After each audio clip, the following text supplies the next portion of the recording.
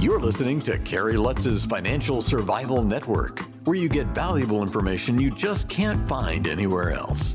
To thrive in today's trying times, you need the Financial Survival Network, now more than ever. Go to financialsurvivalnetwork.com and get your free newsletter and gift. Financial Survival Network, now more than ever. Welcome. You are listening to the Financial Survival Network. I'm Kerry Lutz. Well, it's 9/22/22, which is a significant number, I guess. The equinox has come and gone. And the question is, it's been years now. Are we ever going back to the office? Will the office ever reopen?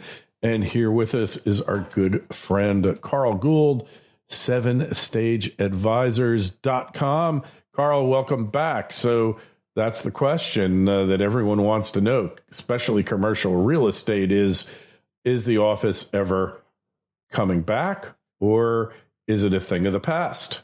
Hey, Kerry, thanks for having me on. The tricky situation, because during the pandemic, when everyone went home or were sent home, you didn't need as much office space. So what did the owner do? The owner said, well, I'm going to redo this. I'm not going to take as much space. So in some cases, they don't even have enough space to bring the employees back.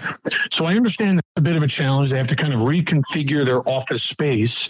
The more important thing is they sent everybody home and told them, well, come when you're ready. Well, it's more convenient to work at home. An employee, there's a lot of reasons why you want to work from home, and so having an impossible time getting them back. Well, if you remember, Kerry, from past times I was on the show, we were saying get open, stay open, meaning get that open as fast as possible, follow all the mitigation protocols and the CDC guidelines, but stay open. You sent your employees home for over a year. You can't expect them to just come right back. But if you're an employer, you need to get the office back. The office needs to be open at least 3 days a week. There's nobody out there that's going to tell you that you're going to build a better culture by and large by sending everybody home and everybody working in a silo in their basement or their living room on a video chat. That's not how you build culture. Now, there are some virtual companies that already do that. Those are the exception. But for the majority of businesses, you build a winning culture by having your team within proximity. Proximity is power, right? And so they can be collaborative and there's energy in the office. And so we need employers to say to their employees, if you want to work here, the job requires a certain amount of days in the office. Here is the schedule. We'll see you in the office. If you don't show up for the office, we're going to assume that you've resigned and you're going somewhere else. All right. So I don't know if you heard the thing with Elon Musk, but he sent out a email and to everybody in the company and said, you got to come back to the office. If you want to pretend to work, go pretend to work for somebody else. And really, the big banks in New York, they have all pretty much said, you got to come in. But there's a lot of resistance. What about this concept of the hybrid workplace? Is that workable in the future, or is that just a dream? No, I do think it's workable because employees have always said, pre-pandemic, that flexibility was always important to them. And so going back to the 80s, we used to advise our clients, and I had a few companies where we had a 4-day work week. We had one did a 4-day work week. We had one team do a 3-day work week. And so you can have hybrid setups and they can work quite fine. The companies have different shifts. You pay rent on your office for 24 hours, but it's really only occupied 8 of those hours. So there's nothing saying you can't do rotating shifts. There's nothing saying you can't have, people in, say 5 a.m. to 1 p.m. and a group in from 11 a.m. to 7 p.m. or some version of that. That's been happening for a while.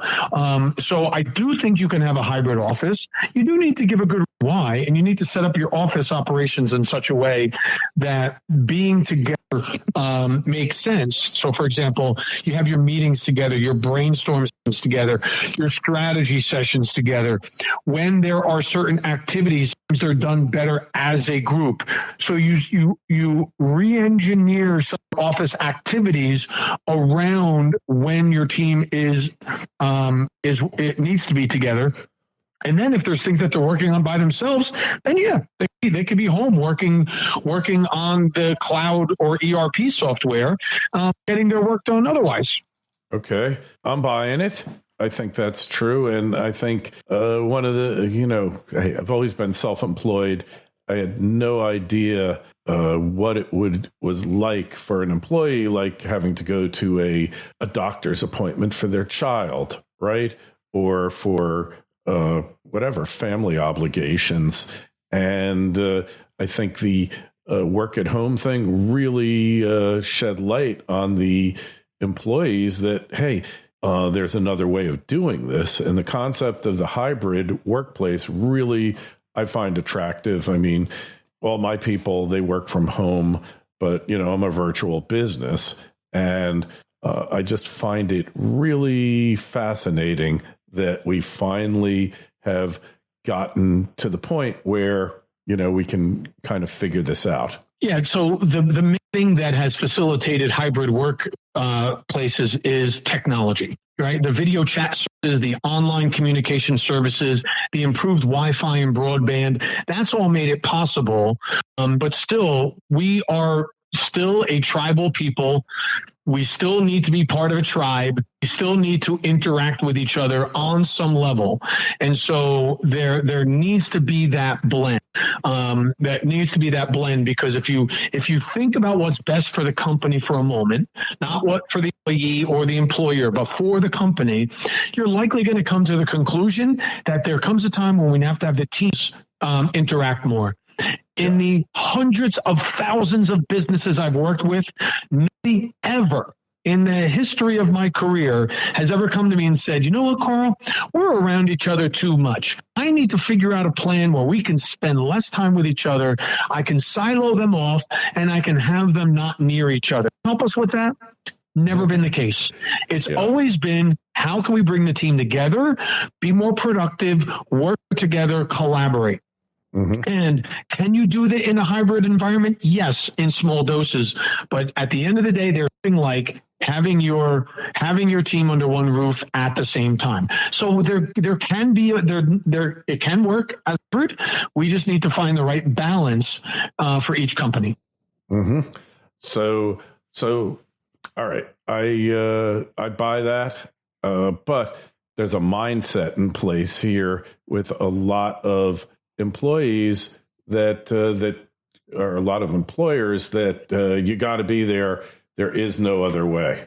Don't just survive, thrive. The Financial Survival Network. Osino Resources is a Ross Beatty-backed gold exploration company in mining-friendly Namibia. Osino's district-scale land package is situated near 2 producing gold mines, one of which Osino's management team previously developed and sold to B2 Gold. Osino's founders and management are experienced mining professionals who have already successfully developed and sold 2 companies in the past 7 years. Osino has a tight share structure, and with its current treasury, it can self-fund the advancement of its gold discovery into at least 2022. This is an exploration company with drills turning that you'll definitely want to pay attention to. Osino trades in New York under the ticker OSIIF and in Toronto under the ticker OSI. To learn more, go to osinoresources.com. That's osinoresources.com. This is the Financial Survival Network, the information you need to thrive now more than ever. Well, I think employers have to be a little bit more flexible and be honest with themselves. Okay, where and when do I need my team in the office? Where and when was productive, and build around that. And when is it that I really don't need them there? And if somebody is cranking out emails or working on a research project and they're working by themselves, do they really need to be there? And the answer is no. However, the one thing that we haven't talked about today is the mental health of the team as well. We have a client that's an accounting firm, and accounting firms are the type of business that can be hybrid because you work very much, it's a task-oriented profession. You work on a computer screen. There's not a lot of interaction, even if you are together. This accounting firm has reported that over the last couple of years with their team working from home and being hybrid, they've had a lot of mental health issues, burnout, people, work product suffering.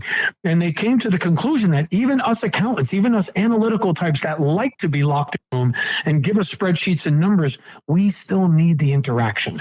And so they even came to that conclusion. So if that group is coming to that conclusion, it's likely most other companies out there would need to do that as well. Okay. I'm buying it. Hey, what are you doing with your company, by the way?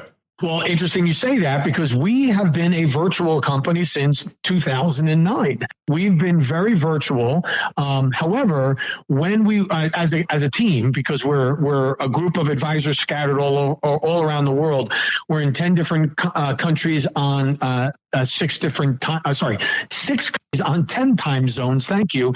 And so we're scattered about. We do most of our work virtually, but we do come together on a regular basis so we can collaborate. And so that we find that that's very invigorating for the team. And we do meet up together at client sites. So we do see each other on a regular basis, live when we're doing our client works. So one thing about the workplace, you spend so much time there and there's a social aspect to it.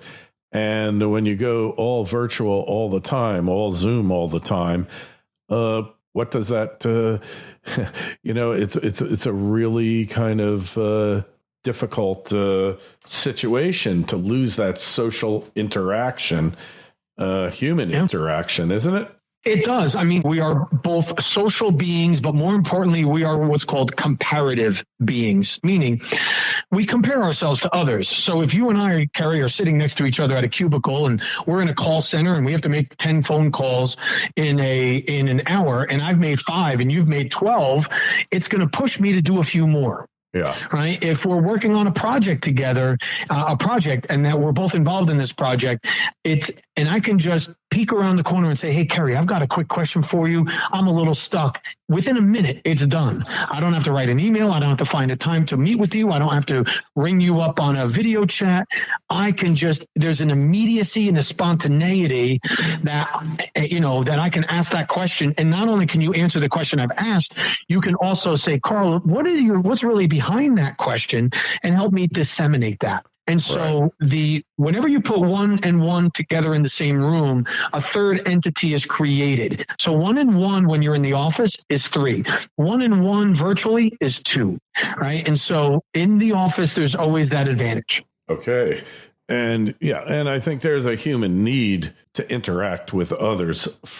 Aside from everything else, career work is so important to many of you out there that you need the feedback, like you said, and really the screen kind of limits that.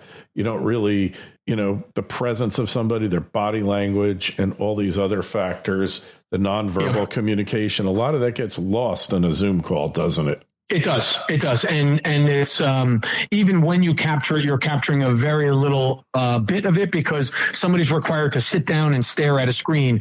They're not able to move around as they naturally would. So you're even losing a lot of that body language response as well. So right. All right. Well, I'm buying it. So what about these other trends that have come up, work trends that have come up during the pandemic? The whole independent worker, the whole virtualization. I guess, the lone wolf worker has kind of evolved from all this. It's all related to what we're talking about, of course. But where are we going from here? Yeah, well, the gig worker is here to stay. We call him a gig worker now. That used to be called a solo entrepreneur, 10 years ago. And this is just somebody who's enterprising, hustling, and says, you know what? I want to be able to design my lifestyle and integrate my lifestyle into my work. So I would rather work on my own in my own business so I can dictate my own schedule. And again, not only technology, but the pandemic accelerated this, because the pandemic forced everyone from schools to workers to self-employed contractors to master their technology. Mm-hmm. So we all got a crash course in how to use Google Workspace and Microsoft OneDrive, Microsoft 365 and OneDrive and Slack and Zoom. We all got a crash course in that. So now we know some of the nuances of how to work in our specialty area for someone else. And so, we've gotten good at project-based work. I see this not just growing, I see it accelerating, because the technology is allowing somebody, to dictate their own salary and their own workday. As long as they're willing to market and prospect for new business, have at it. I think we're going to see a lot more of it. And it's good for the employer too, because now they have traditional employees and they also have project workers. That's good for the employer and for the consumer. All right. I like it, and appreciate you coming on. So just tell us again where to find you, how to connect with you on the web, Carl. So you can connect with me. Everything's all in one place on carl360.com. That's CARL360.com. That's my personal website. You can connect with me there. All of my social media profiles are there. You pick the way we get to interact, and our paths will cross soon.